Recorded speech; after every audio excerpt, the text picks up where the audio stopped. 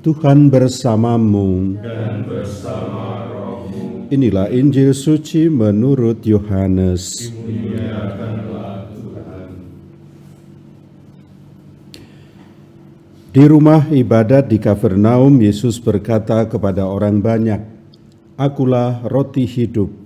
Barang siapa datang kepadaku, ia tidak akan lapar lagi, dan barang siapa percaya kepadaku, ia tidak akan haus lagi.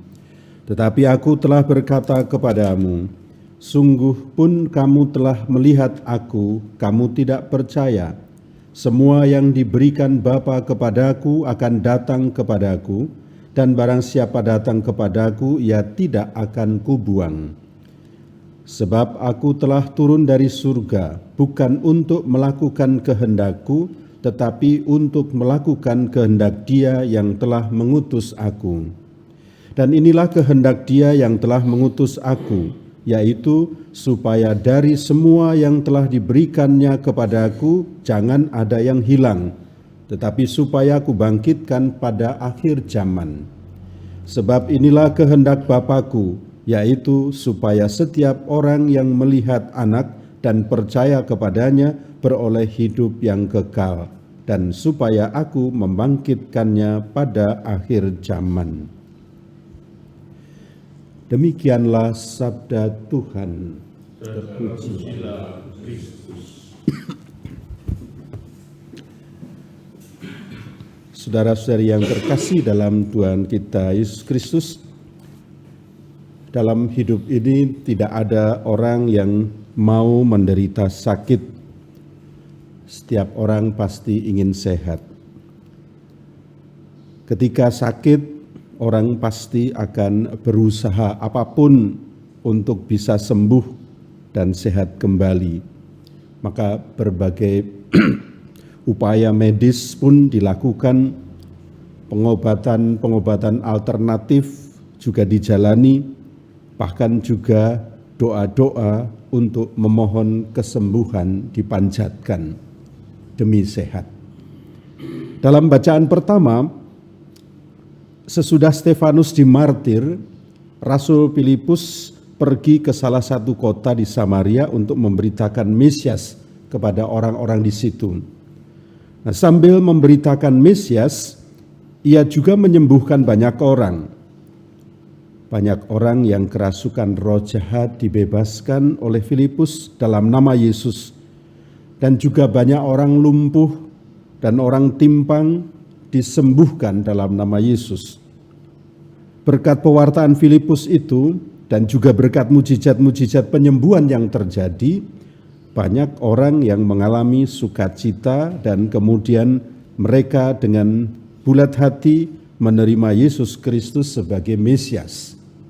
Maka kata kuncinya, mereka menerima Mesias, mereka disembuhkan, dan mereka mengalami sukacita.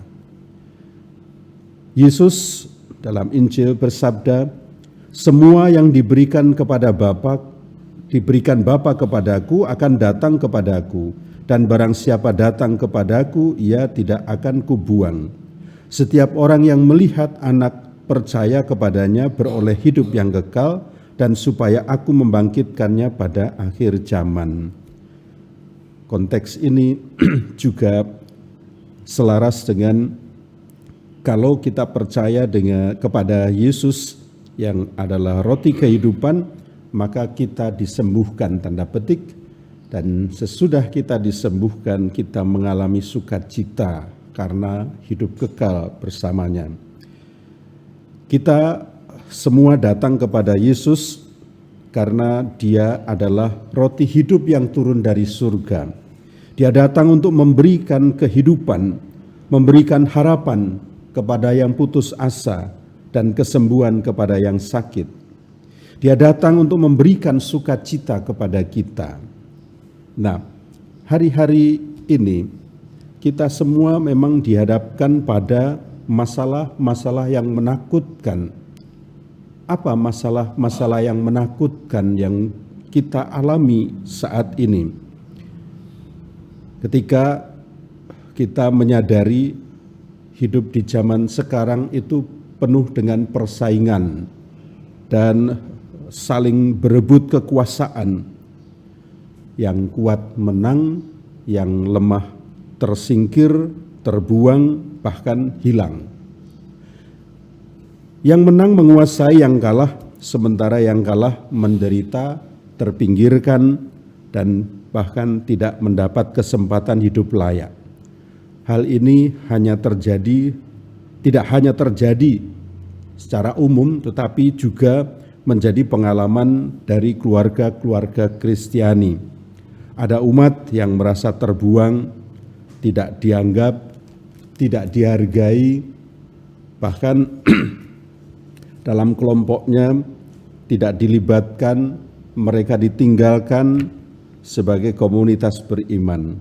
Ada pula sebagai anggota keluarga yang merasa dirinya dibuang, tidak dicintai, dianggap tidak bernilai lagi, bahkan dianggap tidak berhak untuk hidup bahagia.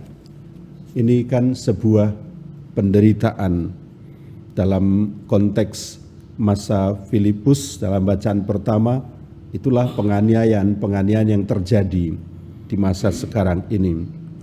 Nah, melihat keadaan masyarakat seperti itu, kita diajak untuk tidak terlalu cepat menyerah kepada kesulitan, kesukaran yang kita hadapi.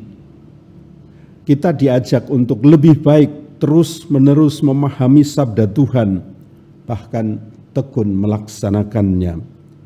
Kita pun dapat meniru semangat keberanian Santo Filipus yang terus mewartakan kabar gembira, terus-menerus mewartakan Mesias meski harus di luar Yerusalem, yang artinya bahwa meski harus menderita.